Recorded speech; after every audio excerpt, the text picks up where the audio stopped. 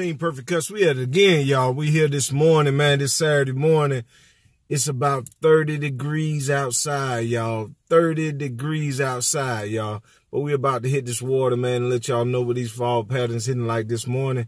Once again, man, I'd like to apologize for last week, man. I went down to Lake Hardin, but I lost all of my footage, man. I lost all of my footage. So I wasn't able to record for you guys. But we're going to check back in with y'all a little bit later today, man. We're going to get on this water and see if we can bring something. We're going to go this time, not to the hot spot. We're going to some of the most hardest parts to fish on West Point Lake. We putting in that Clark Park, y'all. Anybody that does bass fishing, man, you know you put in that Clark Park, then you get in your boat and you ride somewhere else. But we're going to fish Clark Park today, man. We're going to try to work some areas that are not commonly just fish real hard with pressure for bass, man, and see if we can produce, man. This bite gonna be real tough, man. So y'all stay tuned, see which baits I'm gonna throw, and see how I make the best out of this situation, y'all. Team Perfect Cuts, we at it again, y'all. Thank y'all for watching the channel.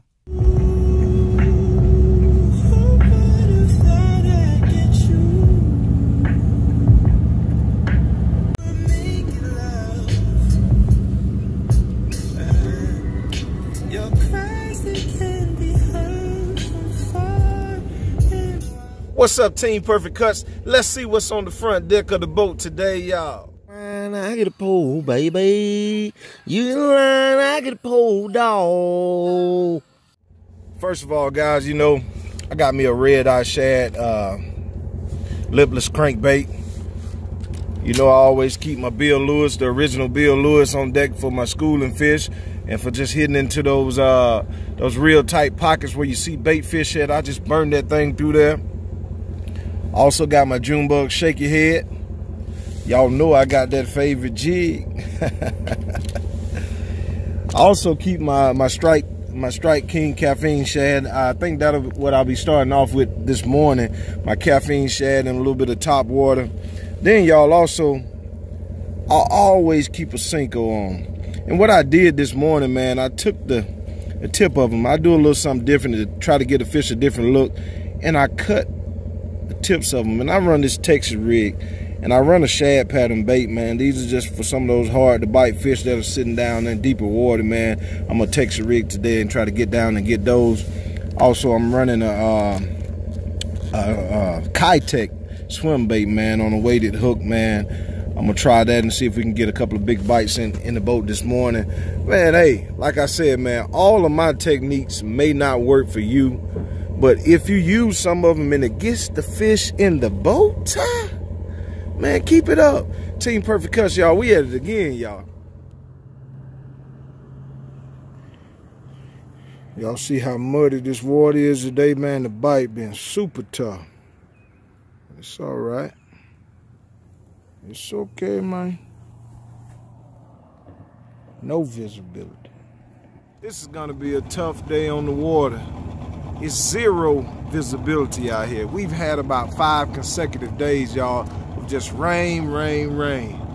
I mean, man, the water is so murky and clouded, boy.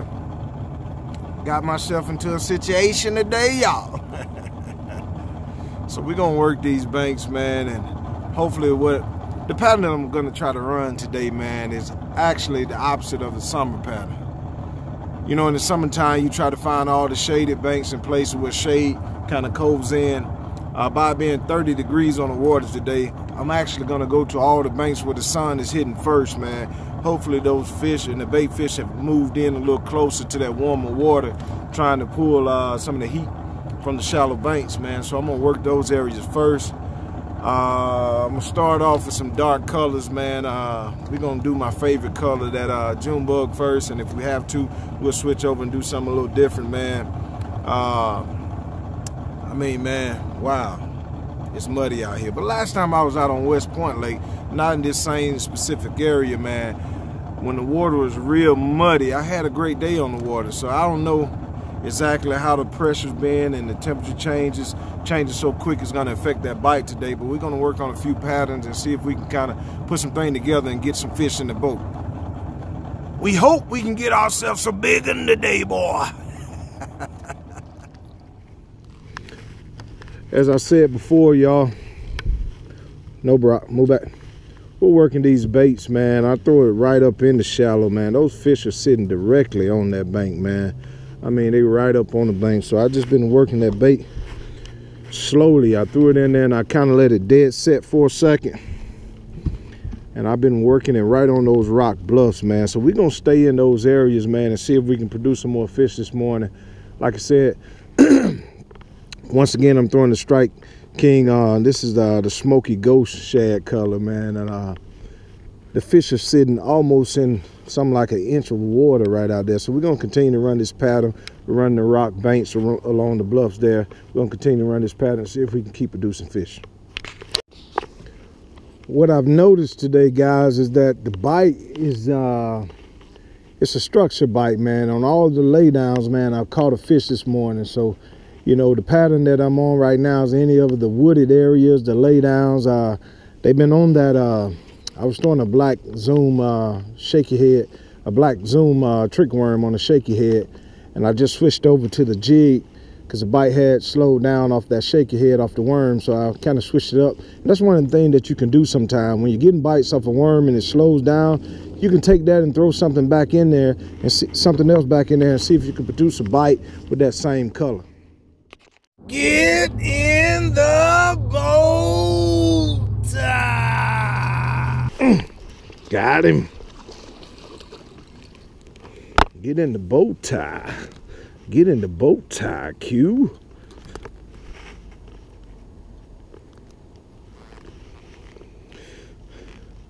Man, this bite been so tough out here, but I went over to that shaky head, that black worm, man, and I worked it. Got me a nice little largemouth out of that cove over there, man.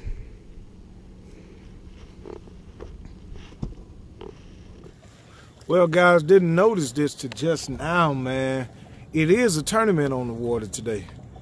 Once I bent the little creek channel out of Clark Park, man, I noticed about 10 to 15 boats on the water, man. I'm like, wow.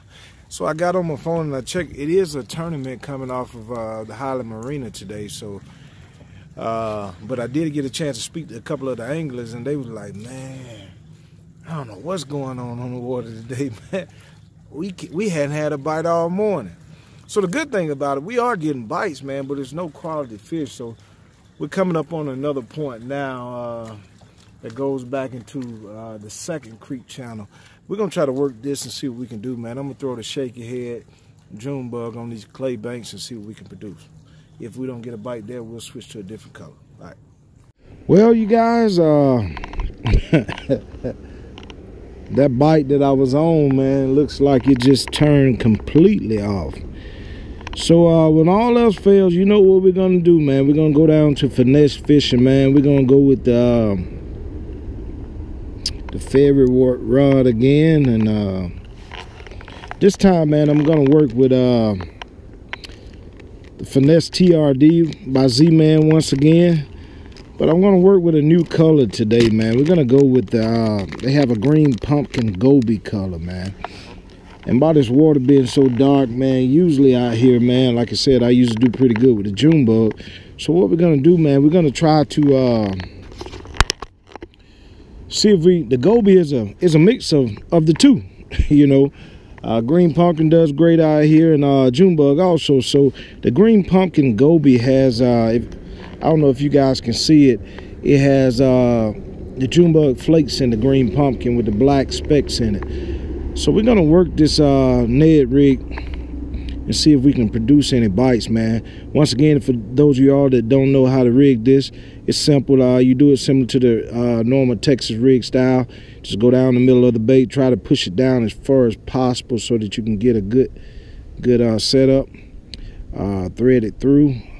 Went down a little too far that time. Come back up the bait, just thread it through, and it's a bait stopper on the top of the bait. You want to get you a good pinch of it and pull it to the surface so it can hold on there.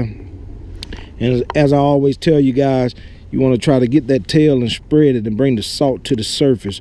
And one of the reasons I do that, man, like I said, it just give the bait a little bit more action when it's underwater.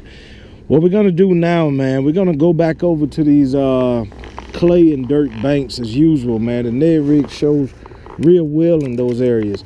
Actually, man, the net rig does an excellent job on the rocks also, but the way that it's set up, man, I always get hung up in that area.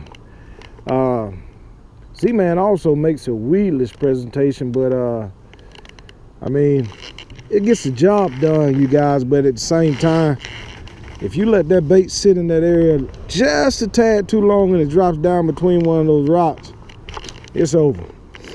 So like I said, man, we're gonna work these areas, man, to see if we can produce a bite. The bite's just cut completely off for me this morning. So like I said, the only difference between a champion and a loser is the loser quits when the champion keeps going. So I'm gonna keep going this morning. I ain't gonna quit just because. Uh-oh. I see the blue heron sitting down on the bank there, y'all. So that means there's some bait fish in the area. So the key to fall fishing, you guys, is to find the bait fish. When you find the bait fish, you find the bass. But you also keep in mind that every time there's bait fish, there may not be bass present. But one thing you can do, and one thing for certain and two things for sure, is that you will not find bass without bait fish in the fall. So hey, man, we're gonna keep on working this bank. Oh, looks like we already got a nibble. Come on now. Let's get it, Goby. Oh, we might found something today, y'all. Hold your horses. Net rig never lets me down.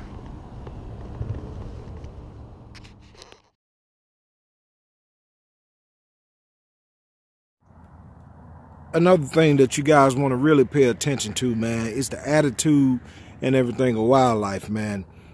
I'm kind of close to this bird here, but it still hasn't changed its position. That lets me know a lot of things, man.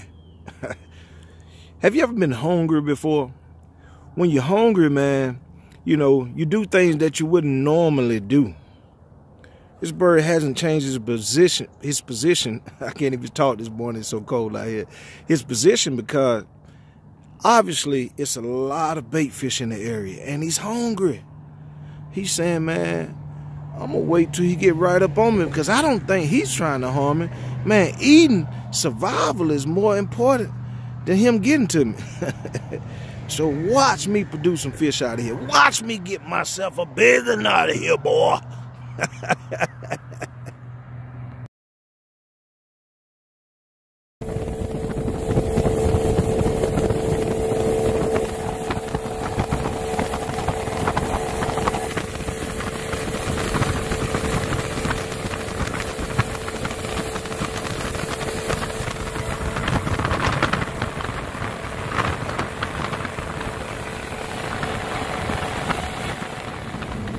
It's been a tough day on the water today, y'all.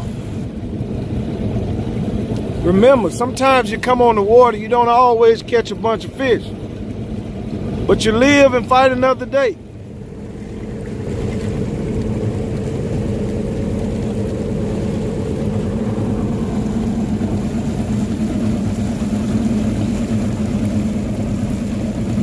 Me and my fishing buddy today, y'all. Well, guys, it was a tough day out on the water today, man.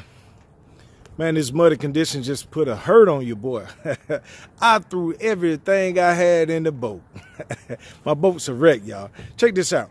Now, remember, guys, each and every time you come out on the water, you don't always catch a boatload of fish, man. But you got to live to see another day, son. You got to get out here and try it again each and every Saturday morning. So you guys stay tuned, man. Next Saturday morning, we'll be out here again working these bait. Team Perfect Cuts, we at it again, y'all.